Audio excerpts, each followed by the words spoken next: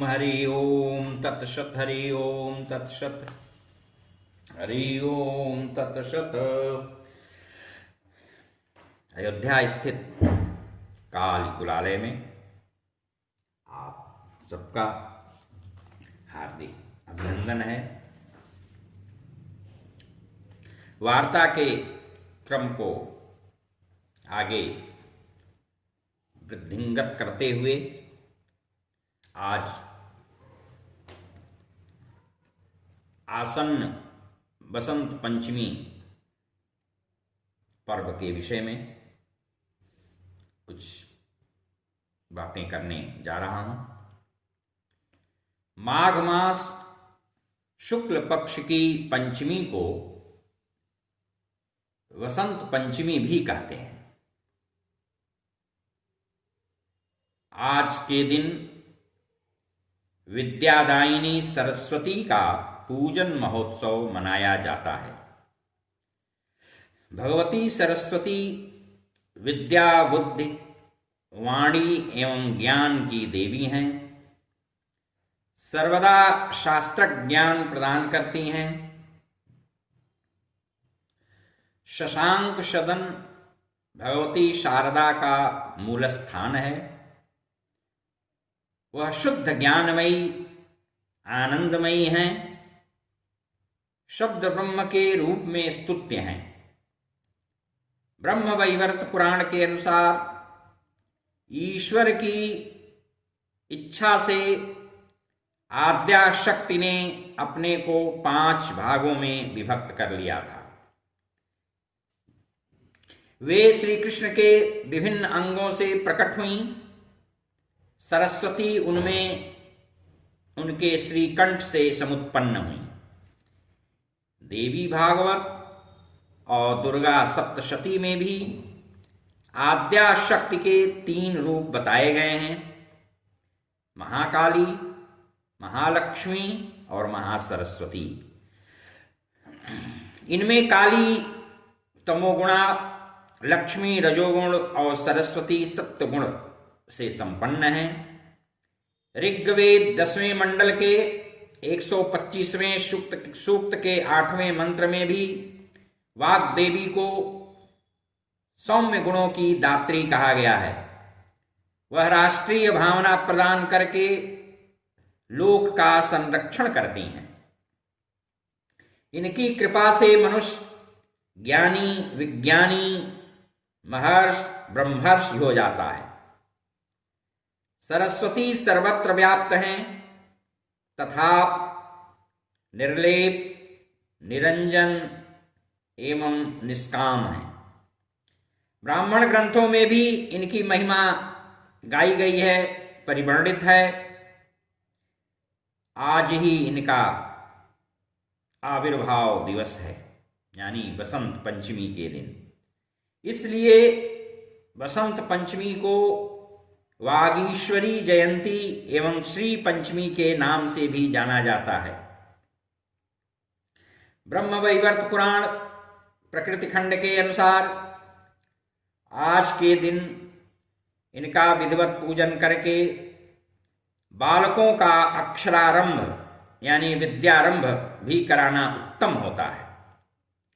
माघस्य शुक्ल पंचम्यां विद्यारंभादिनेपि च माघस्य शुक्ल पंचम्यां विद्यारंभ दिनेपि च पूर्वेति संयमं कृत्वा, कहीं पूर्वेन्नि संयमं कृत्वा तत्राहि संयतः शुचि, ऐसा भी है। सरस्वती रहस्योपनिषद, प्रपंचसार तथा शारदा तिलकादि ग्रंथों में सरस्वती की साधना की विधि प्राप्य है।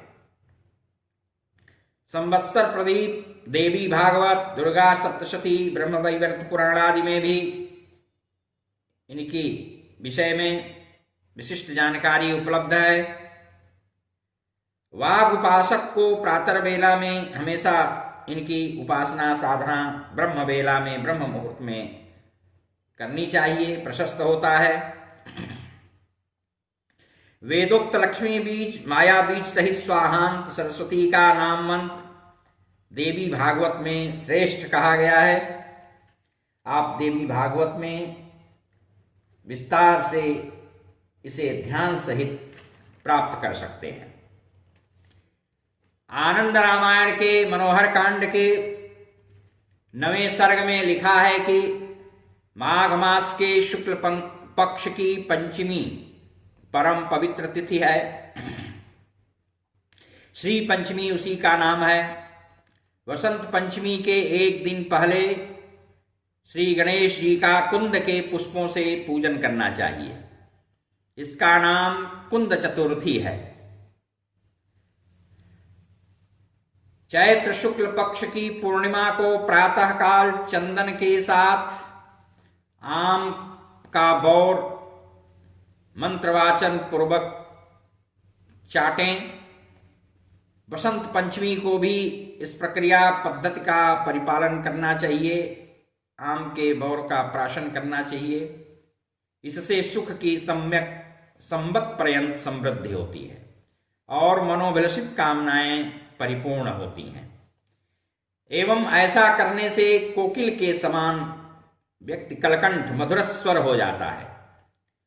संप्राश्य च्यूत कुसुमं सह चंदनेन स्वयं सत्यम ही विप्र पुरुषोथ समा सुखी स्यात्। श्लोक 37वां है ये आनंद रामायण के मनोहर कांड का। च्यूतमग्रम वसंतस्य माकंद कुसुमं तव सचंदनम पिबाम्यद्य सर्व कामार्थ सिद्धये। यह 38वां श्लोक है। पंचम्यां माघ मासेपि च्यूत पुष्पं सचंदनम प्राशनीयं नरैर्भक्त्या कलकंठो भविष्यति। यह 39वां श्लोक है।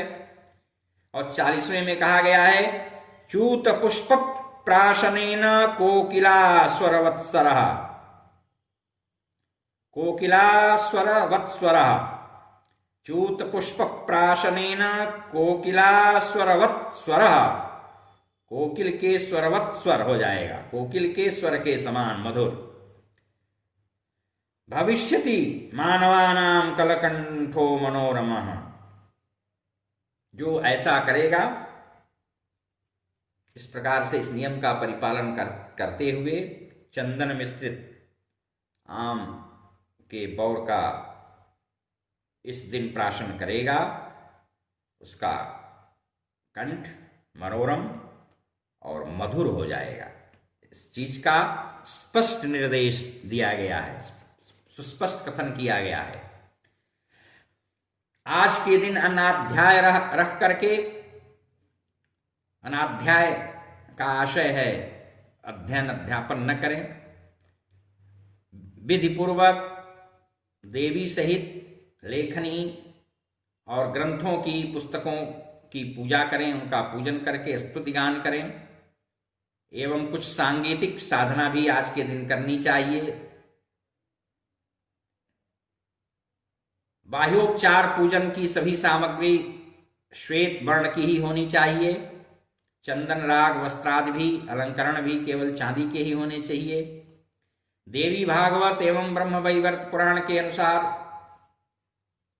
श्रीमन्नारायण ने सर्वप्रथम वाल्मीकि को सरस्वती का मंत्रोपदेश किया था, जो अभी पहले बताया जा चुका है।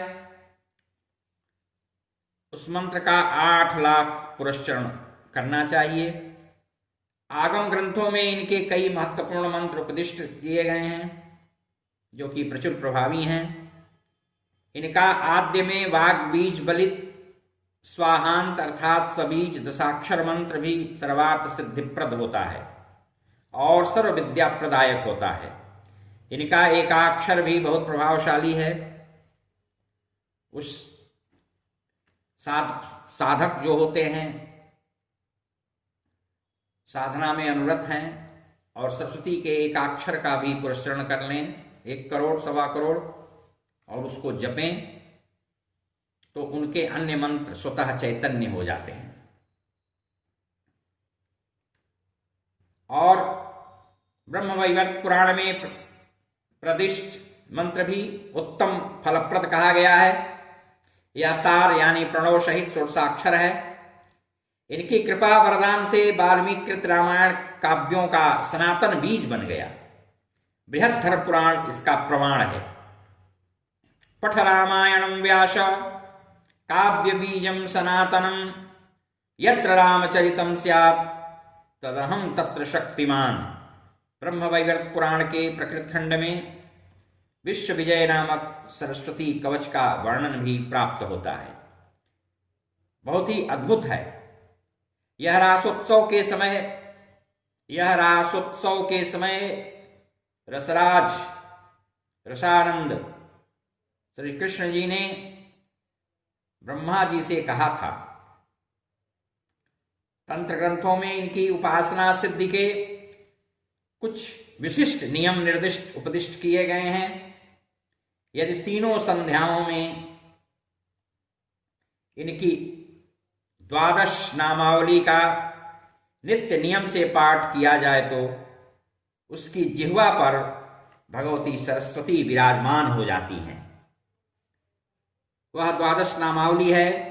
प्रथमं भारती नाम, द्वितीयं च सरस्वती, तृतीयं शारदा देवी, चतुर्थं हंसवाहिनी, पंचमं जगति ख्याता, षष्ठं वागीश्वरीश्वरी, पंचमं जगति ख्याता, षष्ठं वागीश्वरी तथा सप्तमं कुमुदी प्रोक्ता, अष्टमं ब्रह्मचारिणी, नवमं बुद्धिदात्री च, दशमं वरदायिनी, एकादशं चंद्रकांतिर्द्वादशं भुवनेश्वरी, द्वादशैतानि नामानि त्रिसंध्यं यः पठेन्नरः जिह्वाग्रे वसते नित्यं ब्रह्मरूपा सरस्वती। इस प्रकार ये भगवती सरस्वती की नामावली है। इसका नित्य पाठ करने से बहुत लाभ मिलता है।